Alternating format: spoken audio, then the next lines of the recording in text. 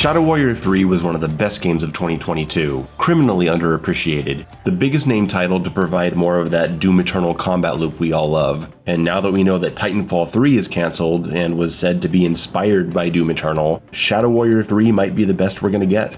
I'm here to talk about the Definitive Edition, which I've been fortunate enough to get to play early, and these have been some really fun days. This update adds a 3-arena survival mode, which is just what the game needed, because as we know, the campaign is fairly short. It's a good campaign, and the updates last year definitely made it a better experience, adding new difficulties, rebalancing, New Game Plus, a permadeath mode, but people were put off by the $50 price tag for a 5 to 6 hour campaign. And I'm here to say, if you played Shadow Warrior 3 at launch and it just wasn't challenging enough or it didn't have enough to do, now is the time to jump back in. The Definitive Edition is a free update that adds next-gen graphics for the new consoles, new cosmetics unlockable through survival mode, and performance improvements for PC. This game is running much better for me now, getting a consistent 90 FPS at 1440p with my 2070 Super, which I definitely wasn't getting before.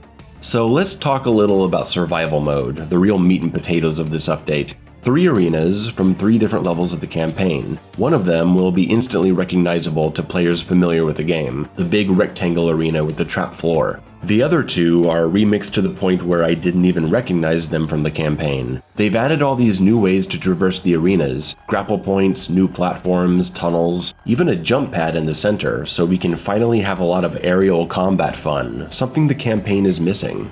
Each arena starts you with a revolver and a choice between 3 pickups: weapons, health boost, upgrades. When you finish a round, you get to pick another one. They're different every time, so you'll always start out with a different experience. I always go for an early basilisk if possible, and you'll want to use the revolver a lot, or you're going to be running around without ammo for your other starting weapons. Weapon upgrade pickups unlock the entirety of a weapon's upgrade options, so they'll definitely make a difference. I go for an early sword upgrade if I can, because goddamn that thing is so good. Freezing and shocking groups of enemies is vital to my success, and you'll need it for ammo drops if you're playing on hardcore, which is no joke, let me tell you. This is not an easy game mode. I find myself using elemental barrels a lot more in survival mode. I typically ignore them in the campaign, but the intensity reaches a point in survival where a critical explosive barrel can save your life, stunning or freezing an approaching enemy just to give you a couple seconds to collect yourself. One thing I've really come to appreciate about survival mode is how it's getting me to pay attention to more of the interesting mechanics of Shadow Warrior 3,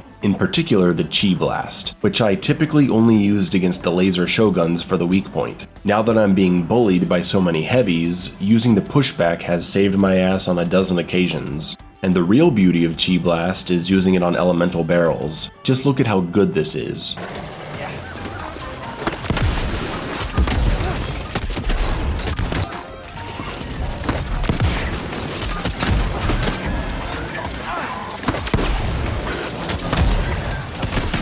Once I have my full arsenal, things become more manageable and I start ascending through rounds smoothly until it just gets out of my hands and I die. You may be wondering if survival mode is endless, and the answer is yes and no. There does come a point where you are congratulated for reaching the end, but you're also given the option to continue playing. Best of both worlds right there.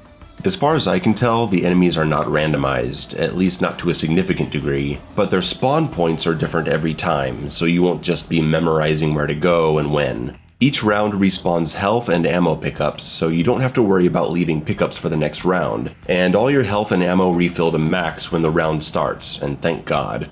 Every few rounds you'll have a balloon round, killing the Kugutsus falling from the sky. At first I was like, what is this? I feel like I'm wasting my time. But honestly, once you're in deep, these occasional light combat rounds are great for just catching your breath. The combat can get exhausting after a while, and no game hurts my hands more than Shadow Warrior 3. Speaking of fodder enemies, one thing that's kind of an issue is the remaining fodder units at the end of a round. Rounds don't end until everyone is dead, and there's no despawn. This works fine between waves to have some time to restack before more enemies appear, but at the end of rounds it can lead to you running around the arena for 20 seconds just looking for little guys hiding behind walls. Or stuck on walls. The downside of this experience is that it highlights the flaws of Shadow Warrior 3 as well as its strengths. You're going to see the occasional enemy stuck on a wall or outside the map, sometimes requiring a little extra work to take them out. The grappling hook is going to result in some really weird situations that honestly could get you killed. It's just not a tool designed well for arena combat applications. You'll need a clear path and time to wind up if you don't want to get hung up on a wall.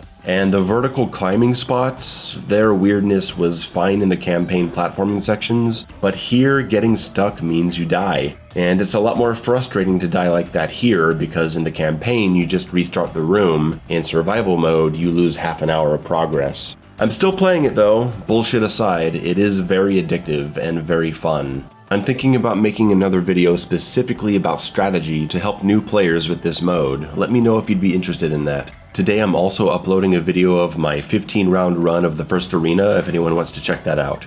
They tie cosmetic unlocks to your progress, but unfortunately it's level based, instead of being based on scores that get affected by difficulty. You don't get any kind of bonus for playing on a high difficulty, and I imagine some people are just gonna cheese it on easy to get everything, and that's kinda sad. But if you're here for the combat and for the challenge, you'll be playing on hard or hardcore for the fun of it anyway. You may want to wait for hardcore though, because it really is brutal, especially if you're out of practice. I'm so happy with this update, it got me playing Shadow Warrior 3 again, and that's always a good thing for me. If you'd like to hear more about this update, check out my interview with the director of Shadow Warrior 3, launching the day after this update comes out, February 17th, check back. Thank you to Flying Wild Hog and Devolver Digital for reaching out and including me in the launch of this update. I'm proud to be a supporter of this awesome game.